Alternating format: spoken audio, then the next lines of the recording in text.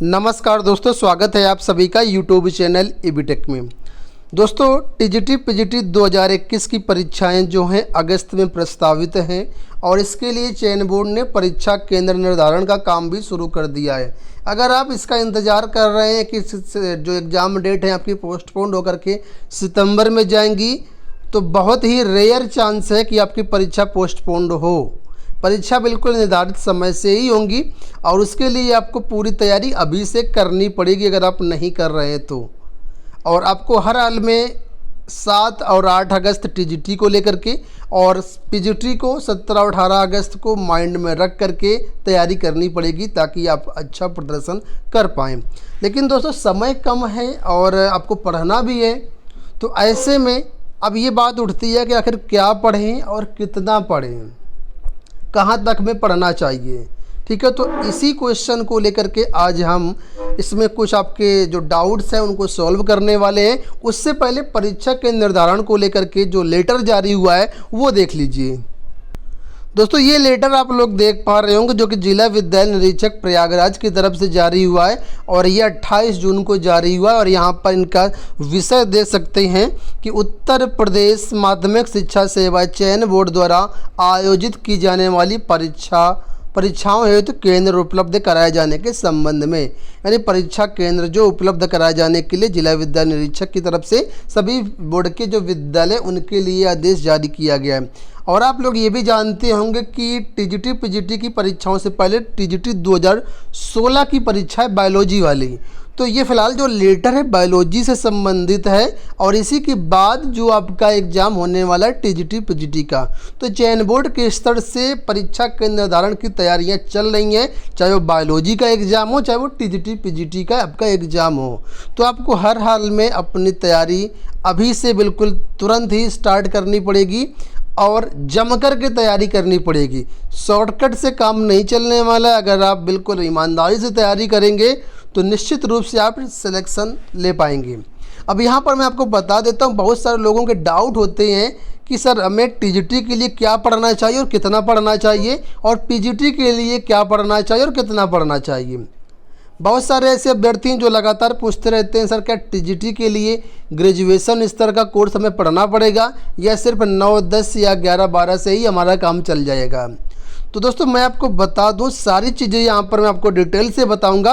उससे पहले आप लोग सिलेबस देखिए कि आखिर सिलेबस में क्या क्या आता है और क्या क्या टॉपिक आपको दिए गए हैं। तो एग्जाम्पल के लिए मैंने यहाँ पर देखो टीजीटी साइंस का आपका सिलेबस ये ओपन किया हुआ है, क्योंकि मैं साइंस का टीचर हूँ और मैंने खुद टीजीटी साइंस क्वालिफाई किया हुआ है 2013 बैच में। और हमारे संस्थान द्वारा टीजीटी साइंस के कोर्सेज भी चल रहे हैं जो कि मैं और एक हमारे सर हैं, वो दोनों लोग करवा रहे हैं, फिजिक्स केमिस्ट्री अलग अलग। ठीक है, तो आप चाहें तो इनरोल कर सकते हैं। फिलहाल आप सिलेबस देखिए। यहाँ पर देखिए जो सिलेबस है उसकी अगर आप भौतिक के अंतर्गत देखें यूनिट, तो विमा एवं मापन है इसमें पहले यूनिट। इसके बाद गति एवं बल है, फिर ऊष्मा है यानी हीट है। इसके बाद देखेंगे तो यहाँ पर प्रकाश है यानी लाइट। इसके बाद देखेंगे तो विद्युत है। इसके बाद आधुनिक भौतिकी है। रसायन विज्ञान में आ जाइए तो द्रव्य है, रासायनिक संयोग के नियम है, पदार्थ की संरचना है, परमाणु संरचना है, डी ब्रोगली समीकरण, हाइजेनबर्ग है, रेडियो सक्रियता है, रासायनिक अबंधन है, रासायनिक अभिक्रियाएं हैं, वैद्युत रासायनिक सेल है। इसके अलावा और भी इसी तरीके से चीज़ें हैं। तो यहाँ पर दोस्तों अगर सिलेबस देखेंगे ध्यान से तो सारा का जो सारा सिलेबस है वो आपका 9th से 12th तक का ही सिलेबस है। ये सारी चीज़ें आपको गति एवं बल तो आपको 9, 10 में भी मिल जाएगा, लेकिन विमा आपको 11, 12 में मिलेगा। तो आपको 9 और 10, 11, 12 अगर ये 4 क्लासेस की साइंस की बुक या फिजिक्स केमिस्ट्री की बुक्स आप पढ़ लेते हैं तो आपका सिलेक्शन 100% नहीं 200% सुनिश्चित है, पक्का है। आपको कोई भी रोक नहीं सकता अगर आपने इतना जो सिलेबस है कवर कर लिया। यानी टीजीटी के एग्ज़ाम के लिए आपको किसी भी हाल में ग्रेजुएशन का कोर्स पढ़ने की ज़रूरत नहीं है। ग्रेजुएशन का जो कोर्स होता है वो उसको बिल्कुल भी आपको पढ़ना नहीं है, सिर्फ आपको 9 से 12 तक ही पढ़ना है। और 11, 12 का जो सिलेबस होता है उसको बहुत डीप नहीं पढ़ना है।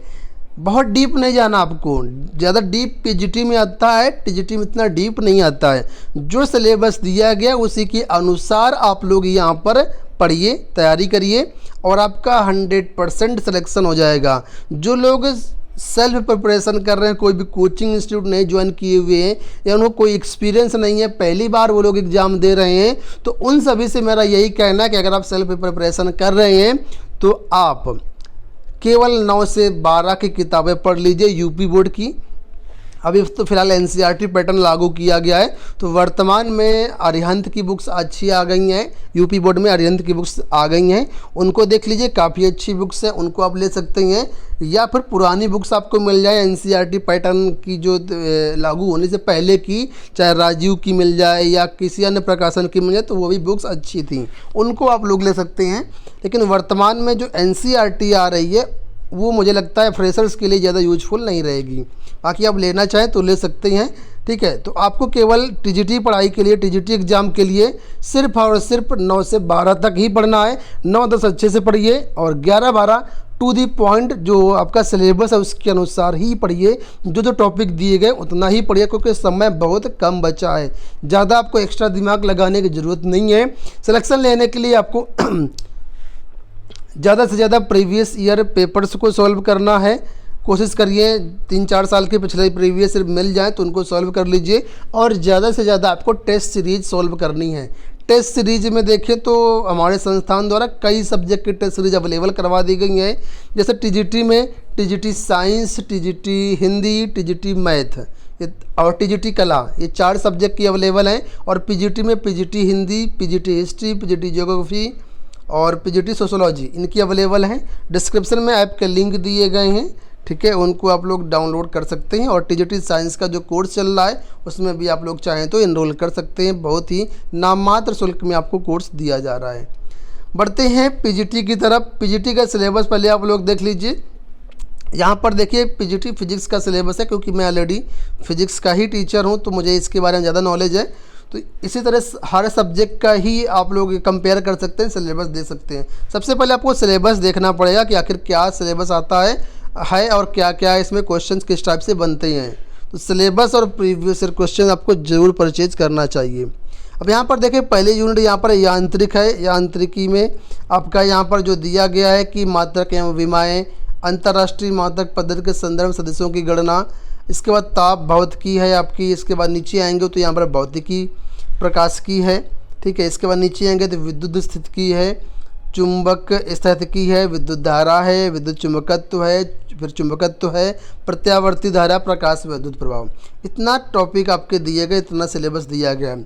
अब सिलेबस अगर देखें तो सारी चीज़ें यहाँ पर भी आपको 11-12 की दी गई हैं, 9 से 12 तक की सारी चीज़ें यहाँ पर भी दी गई हैं। लेकिन यहाँ पर जो टॉपिक है जो आपका डिटेल से दिया गया है, यानी यहाँ पर आपको जो है वो 11-12 की जो बुक्स हैं, क्लास 11-12 की बुक्स को डीप पढ़ना पड़ेगा। पीजीटी के लिए आपको डीप पढ़ना पड़ेगा, क्योंकि यहाँ पर कंटेंट जो है वो काफ़ी ज़्यादा है और बहुत सारी चीज़ें यहाँ पर हैं। तो पीजीटी के लिए आपको डीप पढ़ना पड़ेगा। और कहीं पर भी अगर देखें तो यहाँ पर बीएससी का कोई भी सिलेबस नहीं दिया गया। हो सकता है 1-2 टॉपिक दिए भी गए हों अलग अलग विषयों के सापेक्ष में, तो ज़्यादा बीएससी का आपको टच नहीं करना है। मुश्किल से मैं ये कहूँगा कि अगर आप 90% सिलेबस तैयार कर लेते हैं केवल 9th से लेकर के 12th तक का, हो सकता है कि 10% आपको बीएससी या ग्रेजुएशन या कहें कि बीए के पढ़ने की ज़रूरत पड़े। बाकी आपका पेपर मैं गारंटी लेता हूं कि सिर्फ 9 से 12 पढ़ने पर ही क्वालिफाई हो जाएगा। लेकिन आपको पीजीटी के लिए डीप नॉलेज चाहिए, आपको ज़्यादा डीप पढ़ना पड़ेगा, क्योंकि यहाँ पर आपका जो टीजीटी से लेवल होता है पीजीटी का वो हाई होता है, इस वजह से आपको डीप पढ़ना पड़ेगा। तो अगर आप अभी तक ये कन्फ्यूजन में हैं कि आखिर बीएससी पढ़ना है कि नहीं पढ़ना है, तो बिल्कुल भी आपको बीएससी इस समय नहीं पढ़ना है। अगर आपने पहले पढ़ा हुआ है बीएससी तो उसका रिवीजन ज़रूर कर सकते हैं, क्योंकि देखा जाए तो दोस्तों टाइम बहुत ही कम बचा, लगभग देखें तो 35 दिन या 40 दिन मान सकते हैं, हालाँकि उतने भी नहीं होंगे, अब 40 दिन तो नहीं होंगे, कम ही होंगे।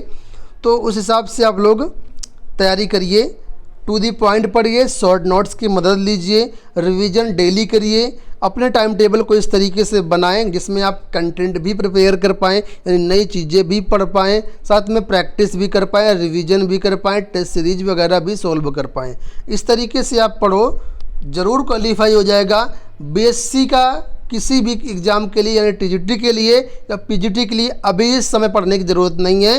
वैसे अगर आपका पहले पर से पढ़ा है तो इसका रिवीजन ज़रूर कर सकते हैं। बाकी पीजीटी के लिए 10 से 15% आपको बीएससी का पढ़ने की ज़रूरत पड़ सकती है। ठीक है, तो फिलहाल ये चीज़ें हैं जो आप लोगों के डाउट आ रहे थे, मुझे लगता है काफ़ी इसमें सॉल्व हुए होंगे। अब आप लोग अगस्त को एग्ज़ाम में टारगेट रख करके अपनी पढ़ाई करो, कोशिश करो कि आपका जो सिलेबस है वो 31 जुलाई तक बिल्कुल ख़त्म हो जाए और उसके बाद 5-6 दिन बिल्कुल जमकर प्रैक्टिस करो। टाइम कम है, इस वजह से आपको अगर आप अभी तैयारी शुरू कर रहे हैं तो डबल मेहनत करनी पड़ेगी। ठीक है, तो करते रहो तैयारी। बेस्ट ऑफ लक आप सभी के लिए। हम आशा करते हैं कि आपका सिलेक्शन ज़रूर होगा। इसी कामना के साथ धन्यवाद।